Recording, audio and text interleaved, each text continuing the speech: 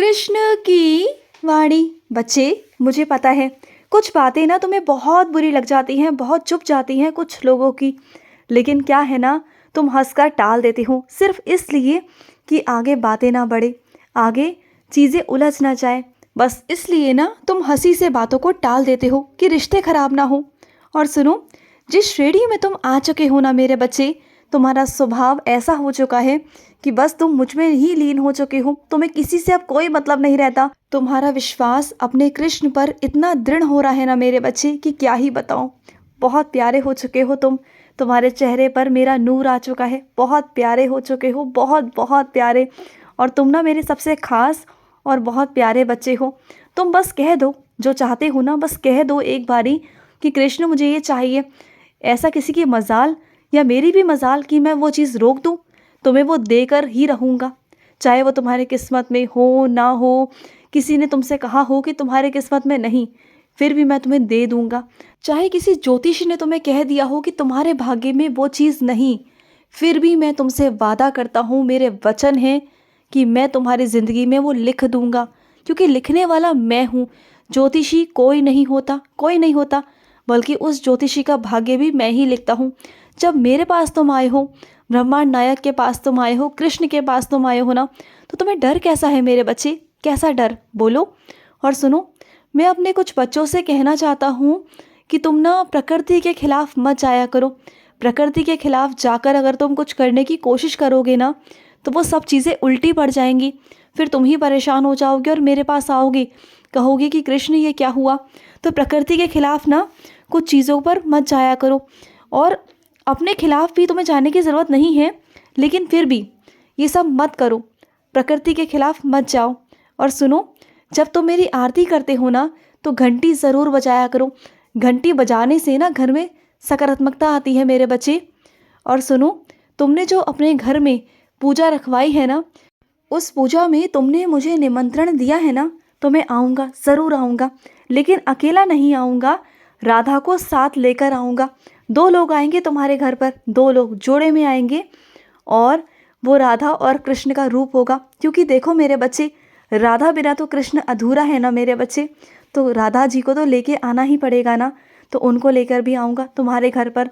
हम दोनों आएंगे, स्वयं तुम्हारे घर पर विराजित होंगे और तुम्हारे घर पर बहुत बहुत आशीर्वाद देंगे, बहुत आशीर्वाद। और सुनो मेरे बच्चे, तुम ना जब कुछ बनाते हो ना, कुछ भी, तो मेरे आगे रखा करो भोग के लिए। और फिर जब मैं खा लूँ ना, उसके बाद थोड़ा थोड़ा ही सही अपने पूरे परिवार में दिया करो। इससे पता है क्या होगा? जो भी उस प्रसाद को ग्रहण करेगा ना, वो मानसिक, शारीरिक और देखना बहुत सारी चीज़ों से ना दूर हो जाएगा, रोग से, तनाव से मुक्त हो जाएगा मेरे बच्चे। और अगर किसी ने उन पर कुछ कर रखा है ना, तो हमें लगता है कि उनके ऊपर किसी ने कुछ कर रखा है, किसी ने किसी को बस में कर रखा है, ये सब मन में तुम्हारी बातें चलती हैं ना कभी कभी, तो इन सब चीज़ों से भी छुटकारा मिल जाएगा। जैसे जैसे वो मेरा ग्रहण करेंगे ना प्रसाद, वैसे वैसे वो सब चीज़ें दूर हो जाएंगी उनके अंदर से, सब चीज़ें मेरे बच्चे। और सुनो, मेरा ध्यान करते हो, मेरा स्मरण करते हो, तो अलग से समय मत निकाला करो। जिस समय तुम मेरी पूजा करते हो, पाठ पढ़ते हो, मेरा मंत्र जाप करते हो ना, तो बस वही बहुत है मेरे बच्चे। मेरे लिए अलग से ध्यान करने बैठो ऐसा कुछ ज़रूरी नहीं है। और अगर तुम खाली बैठे हो तब तुम कर सकते हो। वैसे मैं तुमसे कहूँ ना, तो सुबह, शाम और रात, तुम चाहो तो इस समय भी कभी भी मेरा ध्यान कर सकते हो, जब भी तुम्हारे पास खाली समय हो।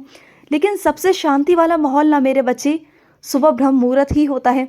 अगर तुम उस वक्त में, उस समय में अगर मेरा ध्यान करोगे ना, तो तुम्हें बहुत अच्छा महसूस होगा, तुम्हें शांति महसूस होगी, तुम्हारा मन एकचित हो जाएगा, तुम्हारा जो ध्यान है ना वो भटकेगा नहीं, बिल्कुल नहीं भटकेगा। और वैसे ना तो ज़रूरी नहीं है कि तुम मेरा ध्यान करने अलग से बैठो। अपना समय इधर से उधर छोड़ दो, अपनी जिम्मेदारियों को छोड़ दो और सारे काम वाम छोड़ छाड़ कर मेरे ध्यान करने बैठ जाओ। देखो, वो भी गलत है।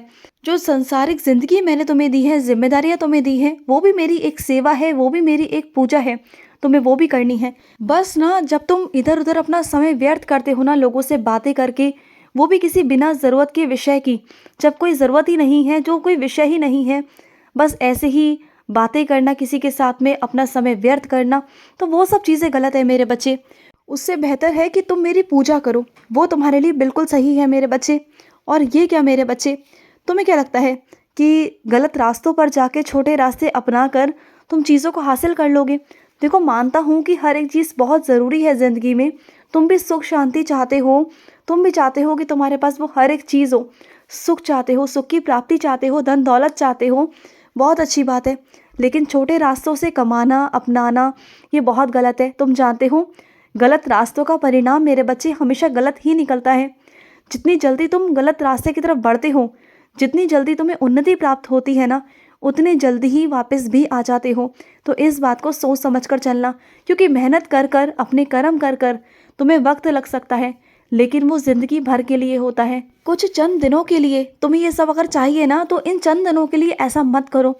करना है तो लंबे समय के लिए करो, मेहनत करो, दुगनी मेहनत करो, दिन ब दिन मेहनत करो। और मैं तुमसे वादा करता हूँ कि तुम्हारी मेहनत को रंग मैं लगाऊंगा, तुम्हारी मेहनत मैं पूरी करूँगा, तुम्हारी मेहनत बर्बाद नहीं जाएगी, तुम्हारी मेहनत सफल रहेगी मेरे बच्चे। पहले तुम्हारा साथ देने वाला कोई नहीं था, लेकिन अब मैं हूँ ना। अब चिंता क्यों करते हो तुम? मैं कर दूँगा सब कुछ। और अगर तुम मेहनत करोगे, कर्म करोगे ना, तो तुम ऐसी ऐसी चीज़ों से टकराओगे जिससे तुम पहले डरते थे, और उन सब चीज़ों का डर मैं तुम्हारे अंदर से ऐसे निकलवा दूंगा ना कि अगर वो चीज़ें तुम्हारे सामने अगर खड़ी भी हो जाए ना, तब तुम डर ना पाओ। सामना ऐसे करो डट कर कि कुछ है ही नहीं तुम्हारे लिए वो। ऐसा बनाऊंगा तुम्हें, इतना मजबूत, इतना लोहा बना दूंगा ना कि कोई तुम्हें कुछ कहने से पहले 10 बार सोचेगा कि तुमसे कहें या ना कहें। तुम देखना, और तुम्हारे अंदर भी इतना आत्मविश्वास आ जाएगा कि तुम भी ना फिर डरोगे नहीं, किसी चीज़ से नहीं डरोगे, किसी भी।